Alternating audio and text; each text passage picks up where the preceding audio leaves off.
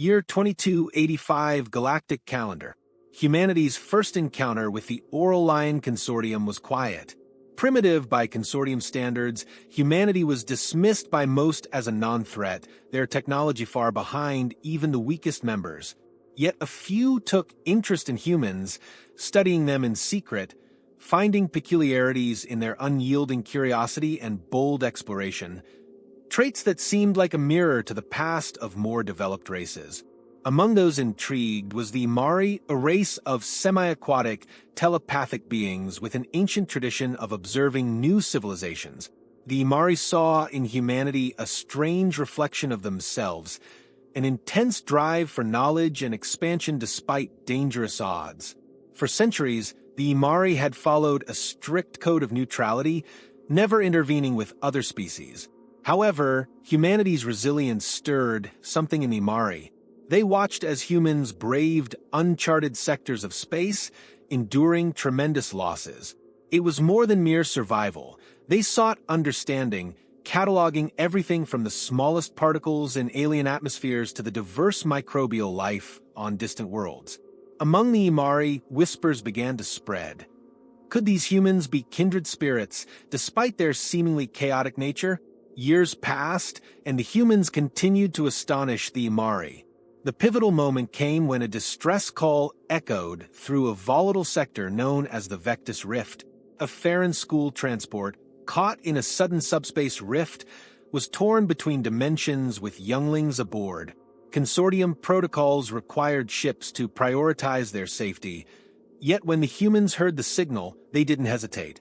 Merchant freighters, science vessels, and even a few privateers from the outskirts of consortium territory flung themselves toward the rift, determined to save lives at any cost. They would rather face death than abandon a child in need. Kiran, an Imari diplomat, watched in awe as human ships were torn apart, barely holding their formation against the rift's intense gravitational forces. He recounted the incident with pride, describing how human vessels shielded each other and took turns braving the rift, pushing their engines to their limits.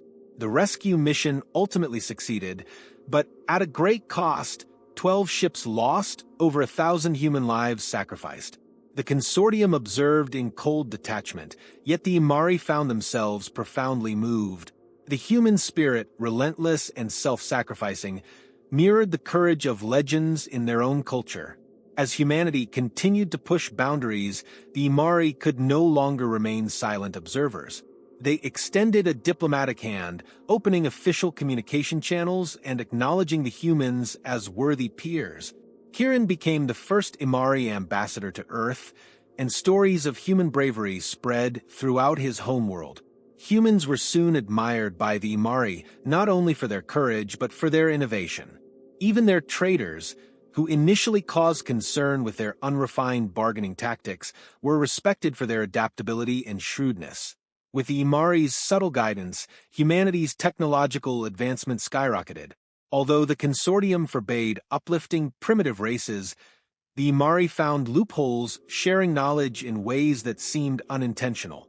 An abandoned data repository here, a crashed ship there, each encounter nudged humanity further along.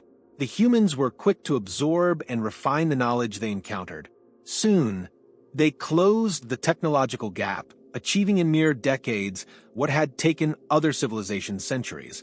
This swift progress sparked suspicion and envy among the consortium, but no hard evidence of interference was ever found. As humanity flourished, their influence grew. They explored consortium territories with Imari and Farron allies by their side. A tentative but strong alliance formed, each member benefiting from the other's strengths. The Consortium Council, however, balked at the idea of granting full membership to humanity, seeing them as a chaotic variable. When the humans petitioned for membership, their application was swiftly rejected. The Farron and Imari were incensed, but humanity simply shrugged it off, their ambassador famously quipping, "As long as you buy our goods, your opinion doesn't matter." The humans had learned to focus on what truly mattered, friends, not institutions. In the year 2299, the consortium's tenuous peace was shattered. The Vorash swarm, an insectoid hive species with voracious territorial ambitions, reappeared on the edge of consortium space. Known for their brutal expansion and indomitable hive ships, the Vorash had raided the consortium's borders for centuries, withdrawing after seizing resources. But this time, their assault was different. Within days, their ships advanced in numbers never seen before, laying waste to consortium sectors, eradicating entire populations without mercy. The Vorash cared nothing for diplomacy. When their give or leave ultimatum was ignored, they retaliated with brutal efficiency, sending waves of heavily armed hive ships into the consortium's core territories. Unprepared, the consortium fleet was decimated.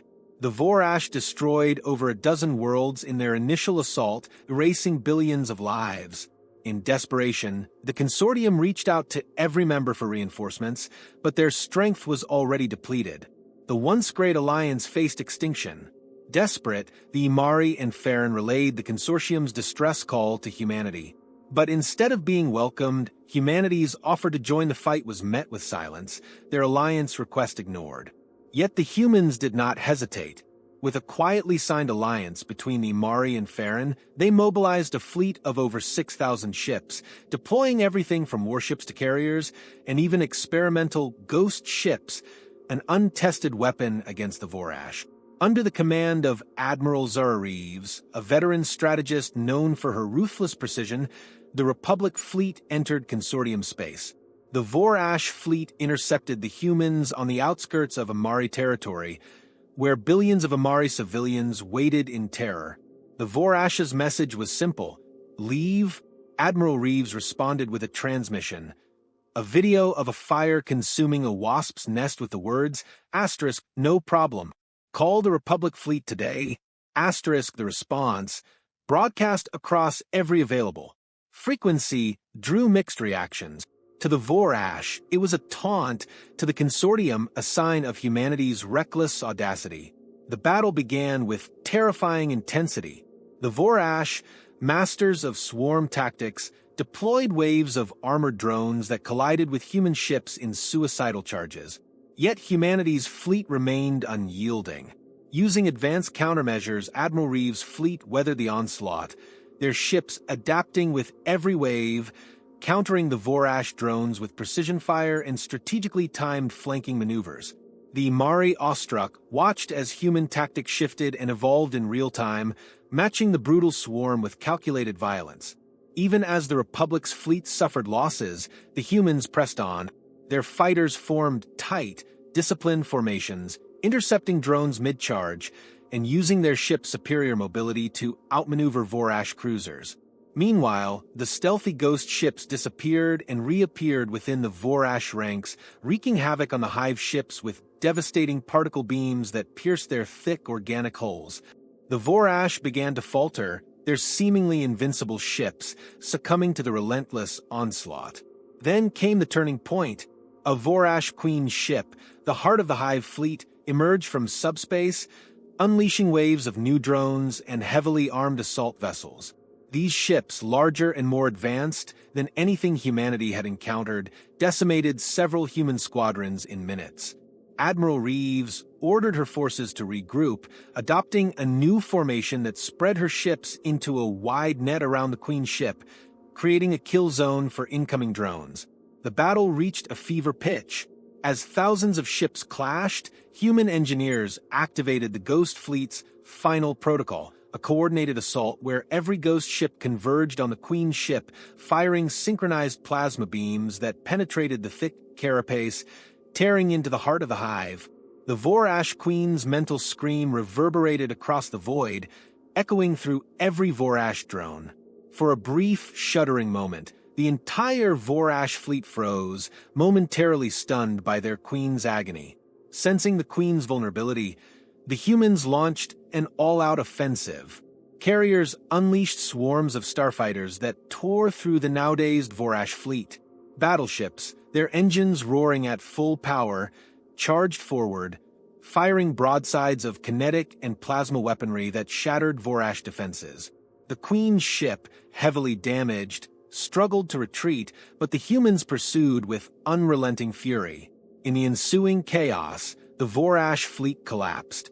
Their drones, deprived of direction, spun aimlessly in space, easy prey for the human ships. The battle was over within hours. As the last Vorash ship disintegrated, the consortium stood in stunned silence, realizing that they owed their survival to the very species they had once dismissed. The Republic fleet, battered but victorious, hailed their allies, while Admiral Reeves addressed the Mari and Farron. Asterisk, to those who stand with us, we are allies to the end. Asterisk, her words resonated across the galaxy, cementing humanity's place as a force to be reckoned with. The Vorash's retreat left scars across the galaxy. Yet the battle sparked a shift in galactic power. The Mari formally proposed an alliance with humanity, followed quickly by the Farron. The consortium, humbled, could no longer ignore humanity's strength and resolve, but humanity, having tasted betrayal, declined full membership, choosing to form a new coalition with their allies. In the months following the battle, humanity rebuilt their fleet, and the consortium's elite worried over the implications of humanity's swift victory. For the first time in millennia, the galaxy's power balance had changed and humanity stood at its center. As their alliance solidified, humanity's reputation spread. An ally worth defending, a threat worth respecting. Years later, when the Vorash attempted another invasion, they found the Republic, Amari, and Farron waiting in force, a united front that stretched across entire sectors.